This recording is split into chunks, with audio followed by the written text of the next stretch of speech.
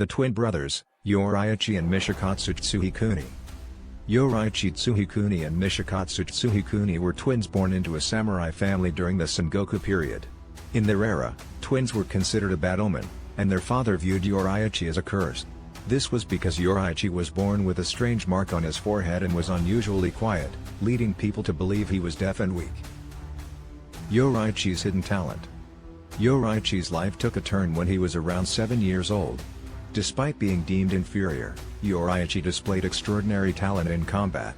One day, he picked up a sword for the first time and effortlessly defeated a seasoned swordsman with inhuman speed and grace. This was the first sign of his sun-breathing ability and his natural connection to the transparent world, which allowed him to see the body's internal structure, muscle flow, and blood movement. Yorichi's talents were further enhanced by his innate ability to unlock Demon Slayer marks without suffering negative effects. He eventually became a legendary swordsman and the first known user of breath styles, creating the sun-breathing technique from which all other breathing styles originated. Mishikatsu's jealousy. In contrast, Yorichi's twin brother, Mishikatsu Tsuhikuni, struggled. Mishikatsu was a capable swordsman, but he couldn't compare to Yorichi's natural talent. While Yorichi was humble and kind, Mishikatsu was plagued by envy. He wanted to surpass Yorichi and began to resent him deeply.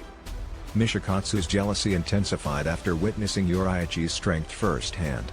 He realized that no matter how hard he trained, he could never reach Yorichi's level. To Mishikatsu, his brother's abilities felt almost divine, unattainable and a constant reminder of his inferiority. The turning point.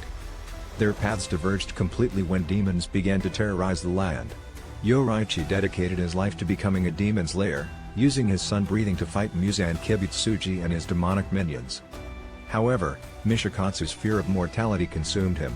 Despite fighting demons as a swordsman, he began to desire immortality to perfect his skills and live forever. This ambition made him vulnerable to Muzan Kibutsuji's temptation. Muzan promised Mishikatsu eternal life and greater power, and in a moment of weakness, Mishikatsu betrayed humanity, accepting Muzan's blood and becoming a demon. As a demon, Mishikatsu took on the name Kokoshibo and became upper rank one of the 12 Kizuki. He retained his swordsmanship and developed moon breathing, a twisted variation of his brother's sun breathing. The tragedy of Kokoshibo. Kokoshibo's transformation into a demon allowed him to surpass human limitations, but it came at the cost of his humanity.